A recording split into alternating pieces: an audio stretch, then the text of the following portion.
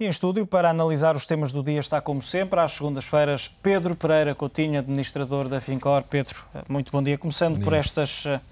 reações, já aqui vimos algumas questões, nomeadamente do setor financeiro, tem sido de resto um dos mais pressionados. Que efeitos imediatos ou que empresas, e sei que tens pelo menos um caso de uma empresa que pode vir a sofrer, ou poderá ser a primeira a sofrer com esta situação do perdão da dívida grega? Sim, o perdão da dívida grega tem um impacto muito forte no setor financeiro. O exemplo de que falámos há pouco é o caso da MF Global, um broker dos Estados Unidos, liderado por um dos gestores topo da Goldman Sachs, que enfim, tinha exposição à dívida pública grega e não só, mas sobretudo dívida pública grega terá sido um dos elementos fundamentais que fez agora um dos maiores brokers mundiais, como é o caso da MF Global, estar à beira de um pedido de falência precisamente pela exposição que tinha à dívida pública dos Estados-membros da zona euro, o que seria de facto uma situação impensável há 2 ou 3 anos atrás, pensar que a exposição à zona euro, uma das zonas económicas mais desenvolvidas e com os ratings mais elevados e com as maiores garantias de estabilidade e de crescimento, de facto estarmos numa situação como esta atualmente. Olhando para a banca europeia como um todo, é este o cenário que vamos ter daqui para a frente? Despedimentos, quedas acentuadas nos lucros, eventualmente prejuízos e, acima de tudo, muitos cortes? Eu penso que sim. Foi um processo que começou em 2007, na crise do subprime, um processo de desalavancagem que tem passado pelo setor privado e pelos particulares, no caso do endividamento dos particulares e, sobretudo, na área do crédito à habitação. Depois tem passado pelo setor empresarial, pelos bancos e pelos Estados. E neste momento o que estamos a assistir, de facto, é a incapacidade dos Estados de conseguirem adaptar, encolher a tempo para conseguirem manter os compromissos assumidos em termos de dívida. O primeiro caso de default será seguramente o da Grécia. E a banca está, neste momento, a seguir o mesmo processo, está a encolher, a reduzir os seus ativos para que o capital de que dispõe possa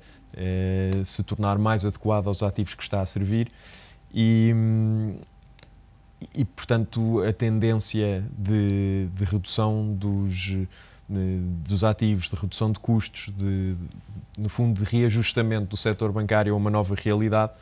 penso que se vai manter nos meses que se seguem. Vamos assistir a uma espécie de novo paradigma no setor financeiro europeu? Já estamos a assistir a isso, não é? Estamos a assistir a um cenário onde o setor bancário está a reduzir claramente a exposição e a liquidez que transmite para a economia real. Estes cortes de custos, cortes de empregos, é uma tendência a que vamos assistir nos próximos meses e vamos ver por quanto tempo e onde é que este ajustamento pode parar e recomeçar de novo, e então entramos num ciclo de crescimento sustentável, mas que neste momento não se antecipa, mesmo perante as medidas que têm sido anunciadas recentemente para a zona euro, não nos fazem ainda antever uma mudança suficientemente forte, estrutural, que nos permita entrar num ciclo de crescimento sustentado. Olhando para a banca portuguesa, partilhas da opinião ou discordas de José Maria Ricciardi, que diz que a banca tem sido utilizada, nomeadamente em Portugal, como uma espécie de bode expiatório para justificar tudo o que é mau e que tem acontecido ao país, e defende mesmo que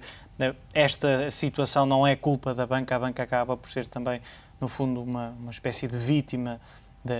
ele diz que é uma forma e estou a citar, é uma desculpa para a muita incompetência que tem existido. Eu penso que o setor bancário teria muita dificuldade em se adaptar a este cenário, em antever este cenário e em se adaptar mais rapidamente do que tem feito. Temos alguns casos, naturalmente, onde houve algumas apostas erradas, podia ter sido feita uma gestão de risco melhor ou mais eficiente, mas de facto o setor bancário é o setor mais penalizado com a situação económica que vivemos, com a situação política que vivemos na zona euro e individualmente nos seus Estados-membros, e sobretudo em Portugal a situação política foi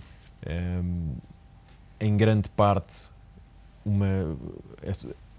o principal culpado de o sobreendividamento do país. A gestão que foi feita das contas públicas nos últimos 10, 15 anos foi claramente onde mais podia ter sido feito e onde se podia ter feito melhor, seguramente. E portanto, o setor bancário, penso que está aqui exposto a um risco ao qual dificilmente poderia ter escapado. Parece que a estratégia pode passar, como já se avançou, pela criação de um bad bank ou um veículo idêntico que possa de alguma forma ajudar a banca a livrar-se destes, chamemos-lhe, ativos tóxicos, produtos menos bons. Nós temos falado aqui frequentemente sobre esta questão do problema do setor bancário e da economia portuguesa neste momento ser um problema fundamentalmente de liquidez e não de capital, e o facto de as medidas de aumento dos rácios de capital serem medidas que, se tivessem sido tomadas antes de termos entrado numa situação de crise económica e financeira, poderiam ter sido úteis e poderiam, de facto, ter dado aos bancos uma folga adicional para navegar sobre este período de crise financeira. Mas, neste momento, o que é fundamental é que haja realmente uma solução que traga liquidez ao sistema bancário e que permita que o sistema bancário transfira essa liquidez depois para a economia real. Uma solução de um bad bank, nos termos em que tem sido discutido, onde se cria um veículo que iria adquirir ativos considerados tóxicos, que neste momento estão a prejudicar bastante o balanço dos bancos e estão com uma ponderação de risco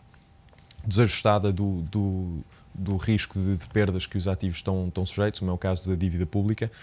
ou o caso do crédito imobiliário, talvez os dois casos mais importantes, e portanto uma solução que permitisse limpar o balanço dos bancos destes ativos e injetar liquidez nos bancos para que possam retomar o processo de concessão de crédito, penso que seria uma solução muito útil para a economia portuguesa.